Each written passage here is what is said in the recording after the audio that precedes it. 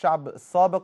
استاذ علاء حسنين معروف عنه ان هو يعني الناس بتروح له، ويعني اللي معمول له عمل وكان على فكره موجود في ماتش الوداد، وابتدت بعض الصفحات تكتب ان هو راح يفك العمل في المغرب، وهو قال الكلام ده غلط والكلام ده كذب، وان الصفحه دي ناس بتعمل صفحات باسمه، وابتدى الكلام يتقال وراح الفندق، فالمستشار مرتضى عرف فقال احسن يقولوا ان مرتضى جايب علاء حسنين عشان يفك سحر، فقال له لو سمحت اطلع يعني خليك في بره الفندق، وخليك احسن تروح يعني روح الماتش احسن بعيد عن الفندق عشان ما يتقالش القيل والقال وكلام من هذا القبيل. استاذ علاء معانا. استاذ علاء اهلا وسهلا خالد باشا. ازي حضرتك عامل ايه؟ الله يخليك يا باشا. الله اخبارك ايه؟ ربنا يخليك. عايز اسالك سؤال، يعني انت بيمر عليك يعني حالات كتيره جدا، هل ممكن لعيب كوره يتعمل له عمل؟ ايوه يا باشا، تعمل له عمل وتعمل له سحر كمان. ازاي بقى؟ وتعمل له اللي هو يبقى دايخ مش شايف الكوره، وتعمل له اللي هو ما يعرفش يلعب، لان السحر مذكور في القران بلا شك. ولكن للاسف الشديد يا خالد بيه ده علم، ولكن للاسف الدجل والشعوذه لما دخل في هذه الامور خد عاطل مع باطل. لاعيبه الزمالك بسم الله ما شاء الله من ارقى الناس، وانا اهلاوي خلي بالك. ما انا عارف ان انت من ارقى الناس خلقا واخلاقا. وعندهم مدرب محترم، وعندهم رئيس مجلس اداره الزمالك راجل محترم. ولكن احنا مشكلتنا اللي احنا نيجي في الحقيقه ونقول لا مفيش اسحار، مفيش كاني، ده وهم، ده كاني. كل اللي بيقوله المستشار مرتضى منصور فهو واقع. السحر موجود، وخاصه الدول بتاعت افريقيا، الدول السوداء دي بالذات فنانين جدا في هذا المجال يعني. طيب انا اتفرجت على الماتش وانا هنا الصراحه، انا كنت مستاء جدا، وعرفت اللي فيه لعيبه فعلا. وخاصه عندك احمد توفيق ده مثلا، انا اقول لك بالاسماء. عندك حارس المرمى شناوي، يعني احدى الحوارات حارس المرمى وهو في المغرب بيقول لك ما كنتش بشوف الكوره.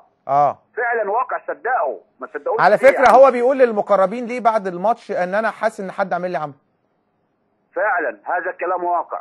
طب ايه يعني الانسان لما يكون معمول له عمل ايه المواصف، يعني ايه اللي والله يتقري عليه ايات معينه من القران. لا بيحصل له ايه يعني مثلا ممكن يعني ايه العمل ده ممكن يعمل فيه ايه؟ غير متزن، غير واعي في الملعب. فعلا غير واعي، ايوه يبقى غير واعي. يعني ممكن يمسك كرة بتعدي من جنبه مش شايفها لحظات معدوده. ولازم نؤمن بقضيه السحر، ولازم نؤمن بقضيه الحسد. اي شيء يذكر في القران لابد ان نؤمن بالقضيه دي. طيب استاذ علاء، انت مر عليك خلي بالك انا مانع نفسي من الاعلام تماما، بس انا عارفك اللي انت راجل محترم، ودي قضيه مهمه جدا، فعشان كده انا عملت مداخله معاك يعني. ربنا. استاذ علاء انا عايز اسال حضرتك سؤال، مر عليك اشكال والوان صح؟ كتير جدا فوق ما تتخيل. طيب هل منهم لعيبه كوره بصراحه؟ يعني ايوه في لعيبه كوره جولك؟ ده حتى من خارج مصر، من دول العربيه، مش عايز اذكر لك اسماء يعني جولك عايزين يفكوا عمل حصل لهم؟ بالظبط. طب وفي مصر؟ نعم يا فندم. وفي مصر؟ والله يعني انا مش عايز اقول يعني ايه يعني، اعذرني من الاجابه على لا يعني هل في مصر بدون ذكر اسماء اللعيبه يعني او المدربين؟ قد يكون. طب ومدربين؟ اتقابلت مع بعض المدربين زمان قوي يعني. وقال عندي فلان وفلان وفلان دول يعني عندهم كذا، قلت له هاتهم وربنا بيفك.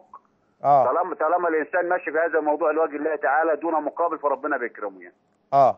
وانت كله عن طريق القران حضرتك؟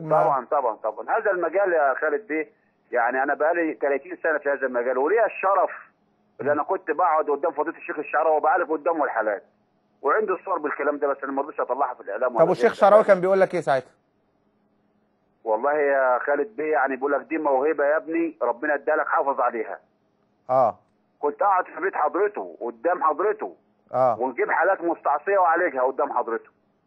تمام. والكلام ده نشرته مجله عقيدتي، ونشرت صور ليا مع الشيخ الشعراوي وانا بعالج حالات قدامه. فدي موهبه ربنا بيديها لمن يشاء، زي مثلا موهبتك حضرتك، انت راجل كنت لاعب متميز وراجل فنان في اداء البرنامج بتاعك، فكله سبحانه وتعالى بيدي الموهبه لمن يشاء. علاء بتبقى موهبه ولا ممكن ربنا سبحانه وتعالى بيدي الشخص اتصال بالعالم الاخر؟ اختصاص حضرتك. انا ولا خريج ازهر، ولا ابويا كان في الازهر.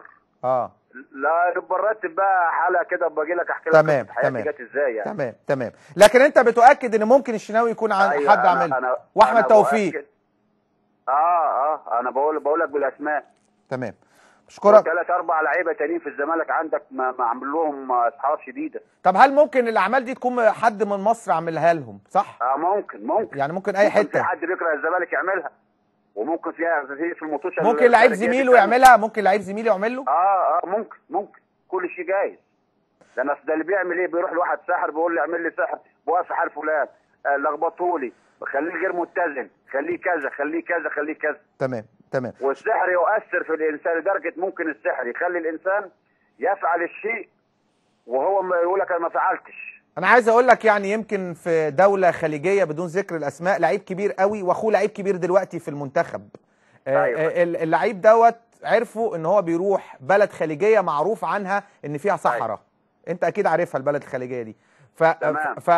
فعرفوا ان هو جاب ساحر وبيسحر لزمايله، فتم ايقافه لمده 3 سنين، وبعد كده تحويله ايقافه رجع تاني كوره، وبعد كده بطل كوره. وكانت قصه معروفه جدا في هذه الدوله الخليجيه للاعب كبير جدا وكان في نادي كبير جدا، واخوه بيلعب دلوقتي في المنتخب الخليجي ومن احسن لعيبه في اسيا.